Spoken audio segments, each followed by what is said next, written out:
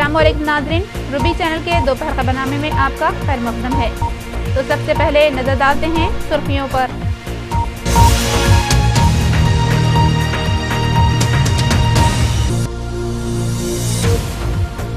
बल्दी इंतखाबी मुहिम के मौके पर मजलिसी फ्लोर लीडर अकबरुद्दीन अवैसी की औरंगाबाद में दाखिले पर पाबंदी, पुलिस की जानिब से नोटिस की इजराई।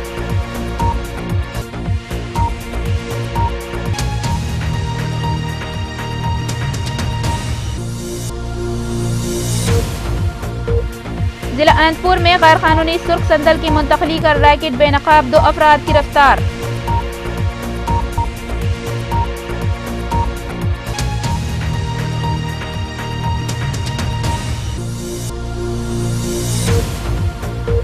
जब्बार ट्रैवल्स के रूबरू लोक सत्ता पार्टी कारकुनान का एहतजाज, महलूकीन के रिश्तेदारों के साथ फौरी इंसाफ करने का किया मुतालबा।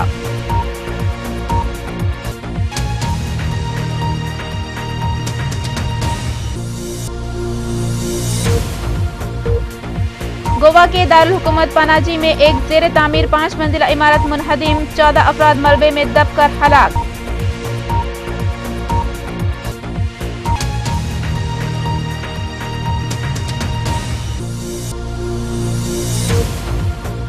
और बांग्लादेश में तशद्दुद, दर्जनों मराकिज़ राय दही नजर आतिश, हुक्मरान जमात के लीडर बशमूल 6 अफराद हलाक।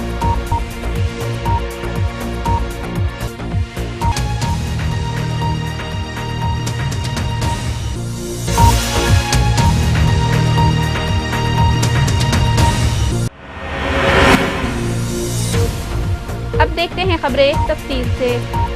महाराष्ट्र पुलिस ने एक बार फिर कुल हिंद मजलिस इत्तेहादुल मुस्लिमीन के कायदीन के खिलाफ अपना तासुब बरकरार रखा है। औरंगाबाद सिल्लोड़ में बल्दी इंतखाबात के लिए इंतखाबी मुहिम बामे उरूज पर है। पहली मरतबा मजलिस इस बल्दिया में अपने उम्मीदवार खड़ा कर रही है। चुनांचे कायदे मजलिस लेजिस्लेचर पार्टी आंध्र प्रदेश अकबरुद्दीन अवैसी एक अजीमुश्शान इंतखाबी जलसे से खिताब करने वाले थे, लेकिन इस दौरान पुलिस ने मजलिस की मुकामी यूनिट के सदर हाजी अब्दुल गनी उर्फ राजू देशमुख को एक मकतूब हवाले किया, जिसमें बताया गया कि शहर में अमन व अमान की बरकरारी और मौजूदा सियासी हालात के पेश नज़र अकबरुद्दीन अवैसी के सिलवड़ में दाखिले पर पाबंदी लगा दी गई है। इस मकतूब के बाद मजलिस के कीड़े में काफ़ी बेचैनी पैदा हो गई, लेकिन मजलिस की इंतखाबी मुहिम को जारी रखते हुए हैदराबाद से मजलिस के मोतमद उमूमी व रुकन असम्बली आंध्र प्रदेश सैयद अहमद पाशा खादरी ने इंतखाबी मुहिम में हिस्सा लिया और खिताब किया। यहाँ इस बात का तज़किरा बेजाना होगा कि 2 दिन कबल मजलिस के सदर व रुकन पार्लियामेंट बैरिस्टर असदुद्दीन अवैसी ने इंतखाबी मुहिम में हिस्सा लिया और एक तारीख साज जलसे आम से खिताब किया। इस जलसे आम की इस कदर शोहरत हुई कि औरंगाबाद, पुणे व दीगर इलाकों से शिवसेना, बीजेपी, कांग्रेस, राष्ट्रवादी कांग्रेस के अहम कायदीन पहली मरतबा सिलवड़ में काफ़ी सरगर्म देखे गए।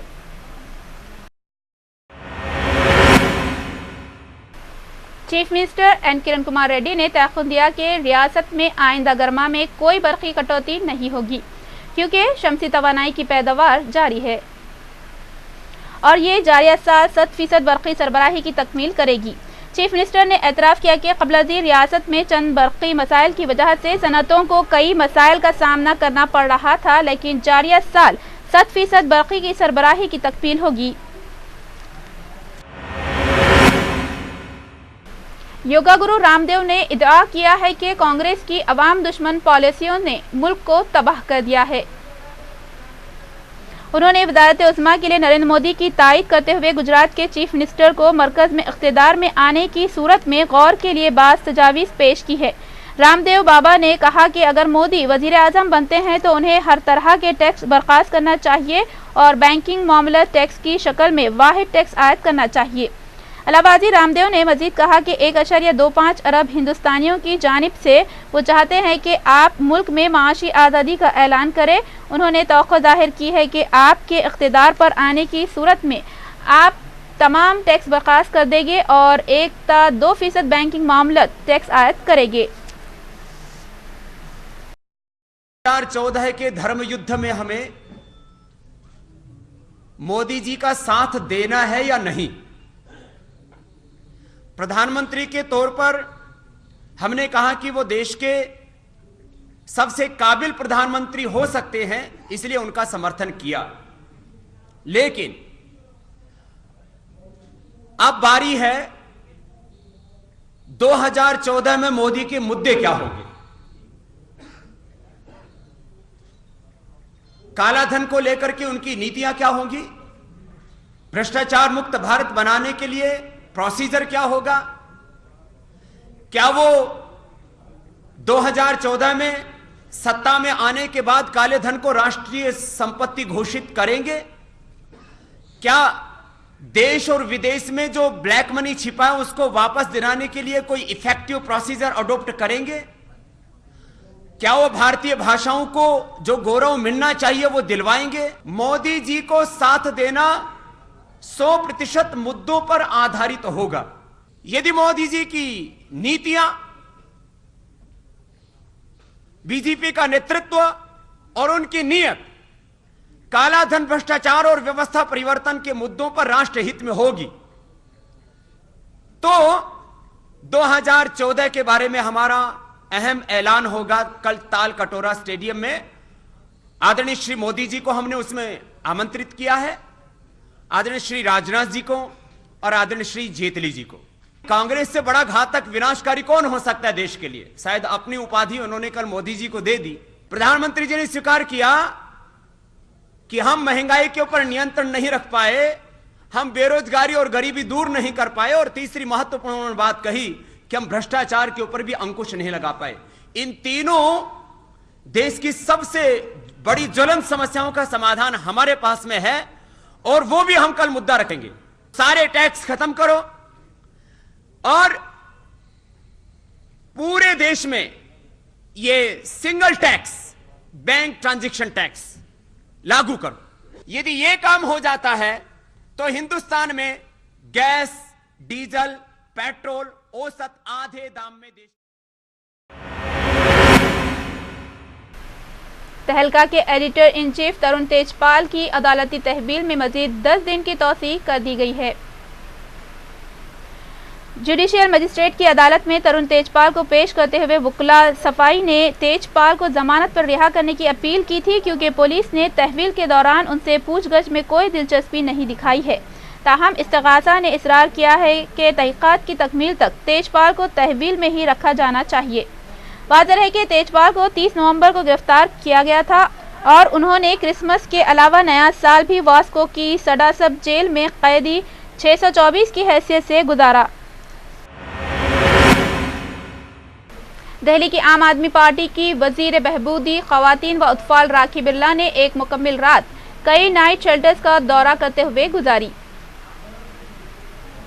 राखी बिरला ने दिल्ली में सरकारी जेर इंतजाम नाइट शेल्टर्स में रहने वालों के मसाइब की इब्तिदाई जानकारी हासिल करने एक मुकम्मल रात कई नाइट शेल्टर्स का दौरा करते हुए गुजारी। वाज़ेह रहे कि 26 साल राखी बिरला दिल्ली काबीना की सबसे कम उम्र वजीर है। उन्होंने हुकूमत के जेर इंतजाम कई नाइट शेल्टर्स का गुज़िश्ता रात अचानक मुआयना किया और वहां के रहने वालों की शिकायत की समाअत करते हुए नामसाइद हालात का जायजा लिया। भ्रष्टाचारी को हम बख्शेंगे नहीं, क्योंकि ये गरीब लोगों के लिए खोला गया था, लेकिन ये फिर भी मौजूदा काफी उम्र में बड़े हैं, लेकिन इन्हें बिल्कुल शर्म नहीं आती है। ऑन कैमरा झूठ बोल रहे हैं कि इन्होंने पैसे नहीं लिए हैं। सफाई बहुत अच्छी होती है, आपकी आंखों के सामने सफाई कितनी अच्छी हो रखी है, कितनी बदबू है, सभी लोगों का खड़ा होना मुश्किल है। यानी कि इसमें यानी कीड़े पड़ जाते हैं इनमें, लिहाफ गद्दों में, ठीक है। हमें यानी सुविधा सही नहीं मिल रही और हम यानी कि बदबू भी आती है और हमें यानी सुविधा सही मिलनी चाहिए। पीने के लिए पानी तो रैन बसेरे में मिलते है जो है, हमें यानी सुविधा सही मिलनी चाहिए। गोवा के कनकुना टाउन में एक 5 मंजिला जेर तामीर रिहायशी इमारत गिरने से कम 14 अफराद हलाक हो गए हैं। भारत रियल्टर्स एंड डेवलपर्स की जानिब से तामीर की जाने वाली इमारत रूबी रेसिडेंसी तकरीबन दोपहर 3 बजे मुनहदिम हो गई। यानी शाहिदीन के मुताबिक ढांचा ताश के पत्तों की तरह ढेर होकर सड़क पर गिर पड़ा। रियासती हुकूमत ने इमदादी कामों के लिए फौज तलब की है और फौज के 2 प्लाटून्स इमदादी ऑपरेशंस में हिस्सा ले रहे हैं। चीफ मिनिस्टर मनोहर पारेकर ने मीडिया को बताया कि अब तक 23 अफराद को मलबे से निकाला गया है और उनमें से 13 मर चुके हैं। वाज़ेह रहे कि जिस वक्त ढांचा मुनहदिम हुआ उस मुकाम पर 40 से ज्यादा मजदूर मौजूद थे।